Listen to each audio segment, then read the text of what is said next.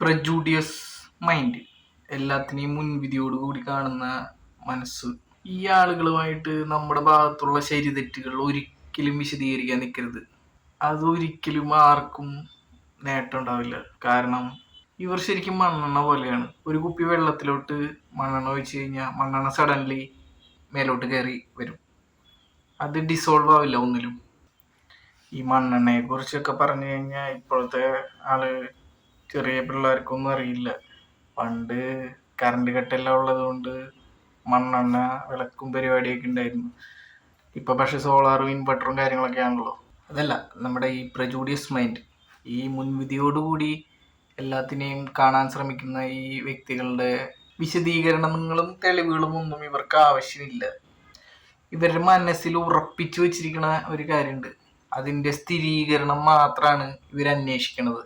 ആത്മാഭിമാനത്തോടുകൂടെ വളരെ നിശബ്ദമായിരിക്കുക, ഇത് മാത്രമാണ് ഇവർക്ക് കൊടുക്കാൻ കഴിയുന്ന ഏറ്റവും വലിയ ശിക്ഷ.